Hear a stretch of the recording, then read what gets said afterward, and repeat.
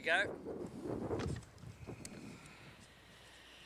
Today I am standing alongside my friend, Indonesian President Bapak Prabowo Subianto, to make what is a historic announcement. The governments of Australia and Indonesia have just substantively concluded negotiations on a new bilateral treaty on our common security. Australia's relationship with Indonesia is based on friendship, trust, mutual respect, and a shared commitment to peace and stability in our region. This treaty is a recognition from both our nations that the best way to secure that peace and stability is by acting together. It signals a new era in the Australia-Indonesia relationship. The treaty is predominantly based on the landmark security agreement signed by the Keating and Suharto governments 30 years ago. It will build on the 2006 Lombok Treaty that, among other things, reaffirmed Indonesia's territorial integrity and sovereignty. It also builds on the Defence Cooperation Agreement that we signed together last year. This treaty will commit Australia and Indonesia to consult at a leader and ministerial level on a regular basis on matters of security, to identify and undertake mutually beneficial security activities, and if either or both countries' security is threatened, to consult and consider what measures may be taken, either individually or jointly, to deal with those threats. This is a watershed moment in the Australia-Indonesia relationship. This treaty represents a major extension of our existing security and defence cooperation. It shows the relationship is as strong as it has ever been. And that's a great thing for our region and for the people of both Australia and Indonesia. I hope to travel to Indonesia in January next year at the President's invitation to formally sign the new treaty after it has gone through our domestic processes.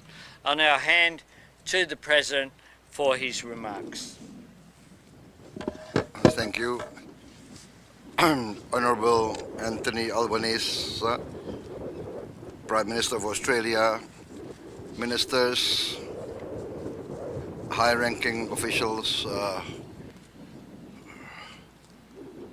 senior officers of the Australian Defence Forces, Australian Navy,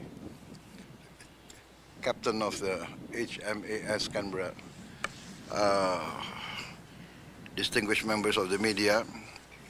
I would like to once again thank the government of Australia, the Prime Minister of Australia and his government for receiving me.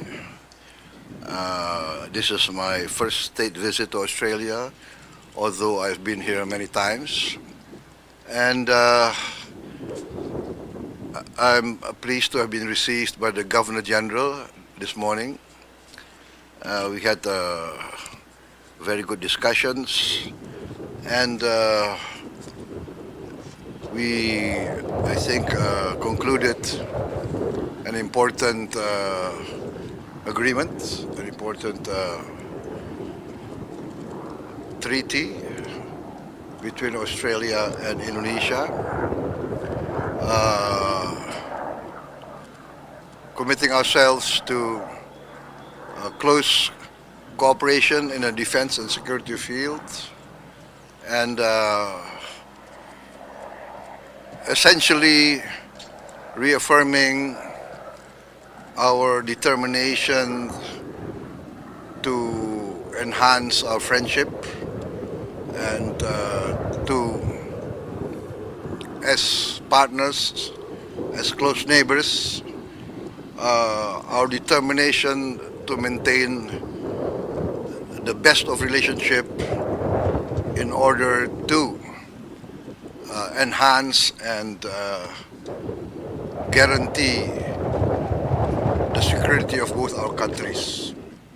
I think essentially that is the purpose. I mentioned many times that we cannot choose our neighbors, especially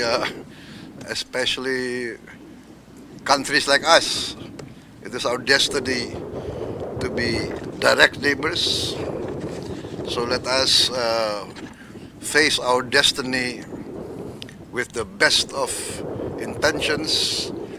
I believe in the good neighbor policy. Good neighbors are essential. Good neighbors will help each other in times of difficulties. And in the Indonesian culture, we have a saying, when we face an emergency, it is our neighbor that will help us. Maybe our relatives will remain far away, but our neighbors are the closest, and only good neighbors will help each other. I think that concludes my remarks. I better not speak too much. As politicians, we tend to speak a lot in front of the media. But once again, Prime Minister, Deputy Prime Minister, thank you very much for receiving me in such a grand manner. I think your intelligence is very good. You know that I like bagpipes, so I'm received by bagpipe, and thank you very much. Thank you, sir. Thank you.